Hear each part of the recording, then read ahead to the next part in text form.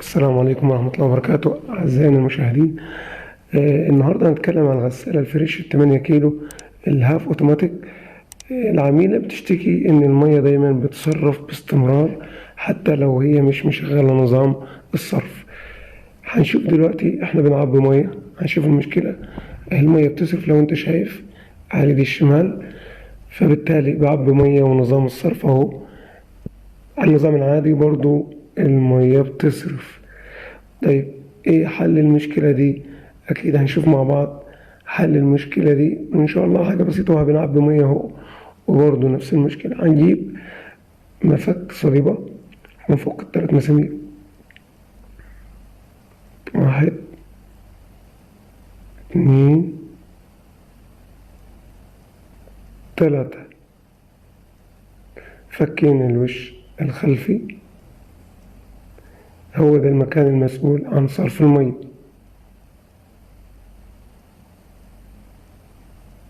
هو ده تمام.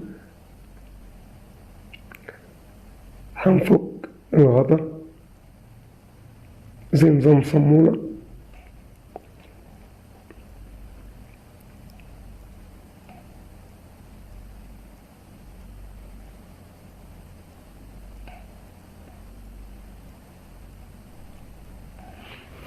فكينا ونسحب لفوق.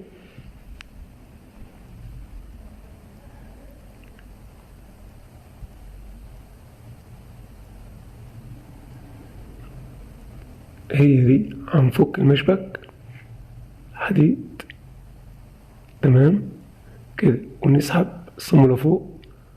هلاقي كاوتشة وسوستة. كده المشكلة فين؟ في السوستة مكسورة ومتاكلة. هناخد دي نجيب سوستة غيرها. ادينا جبنا سوستة جديدة نفس المقاس ونفس القطر. فرق بين الجديدة والقديمة اهي، لازم يكون ضغطها قوي. تمام، هي تمام كده هنركبها. لكن عايزين ايه؟ ننضف كل ده. ننضفه ازاي؟ نجيب مية ونغسل الكاوتشة كويس بره وجوه.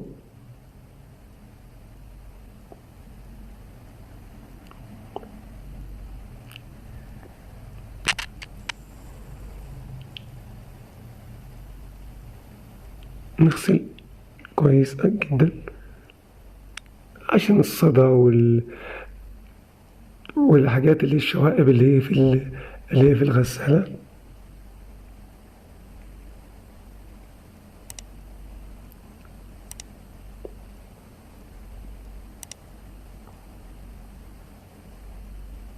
أهم حاجة نغسل كويس.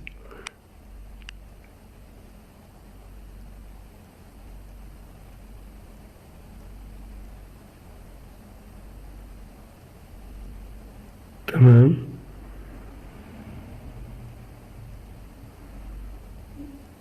طريقة سهلة خالص.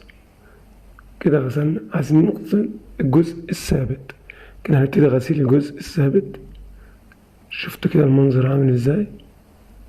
الطريقة دي يعني ممكن لو ست البيت هتغسل لوحدها الكلام ده، هتعمل الشغل ده كله لوحدها. كده غسلناه.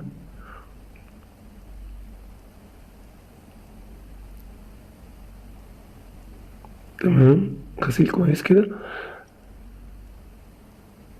هنجيب السوستة ونركبها في الكاوتشة بعد الغسيل طبعا اللي احنا شفناه.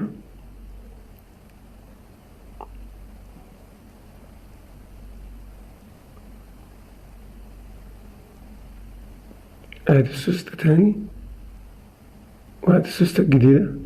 هركب السوستة الجديدة مكان القديمة كده، نفس المنظر. تمام، نضغط عليها لتحت ونركبها في الصامولة بتاعتها زي ما احنا شايفين. تمام، وبعد ما نركب المشبك الحديد اللي هو مسؤول عن التصريف. ايوه، نركبه في الفتحة اللي في النص.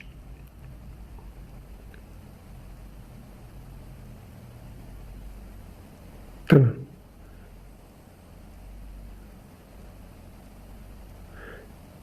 كده يا عزيزي المشاهد احنا ركبنا المشبك. كده هنركب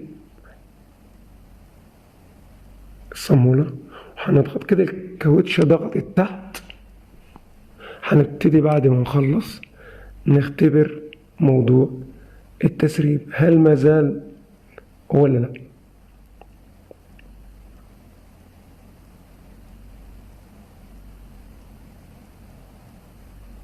ايوه كده انا شديت ونزلت، صرف وعادة صرف وعادة، كده شغال تمام. كده هنجرب موضوع المية. تمام كده نقفل الأول إن شاء الله هيكون تمام. نقفل نفس الطريقة ونركب التلات مسامير تاني.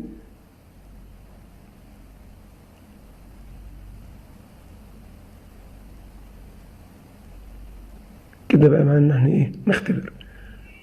نجيب مية، احنا حاطين الخرطوم هناك، بص القماشة كده ناشفة.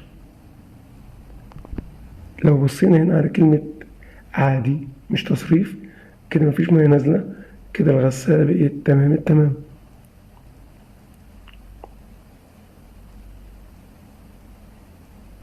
ادي المية، ادي المفتاح، ادي خرطوم الصرف.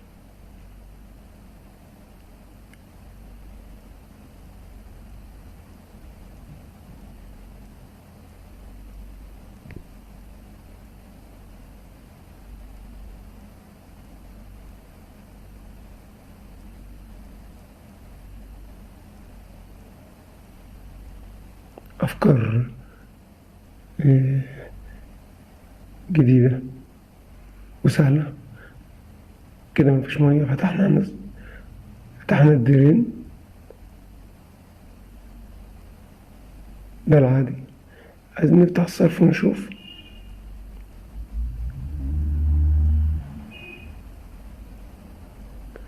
وبكده نفتح الصرف هتشوف مية كتير. شفت كده المية نازلة ازاي، كده غسلتنا بقيت تمام التمام. يا ريت تدعمونا باشتراك في القناة ولايك عشان نستمر معاكم ونشوف كل جديد في جميع عالم المنوعات. شكرا لكم واستماعكم لنا.